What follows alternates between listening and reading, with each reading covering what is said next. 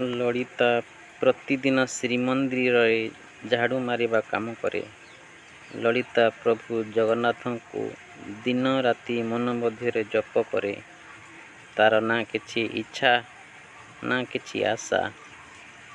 दिने मंदिर सेवक माने ललिता को मंदिर को आउ न आसिया पाई कहिले।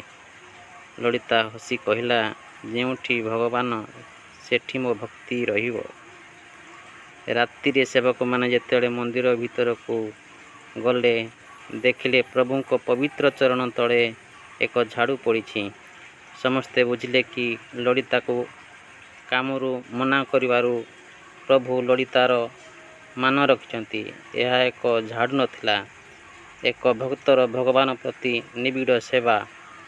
भक्तिर मूल्य वेशभूषा पदवी मिली न थाए।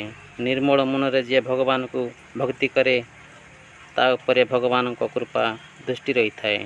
जय जगन्नाथ। दयाकरी चैनल को लाइक करंतु, सब्सक्राइब करंतु।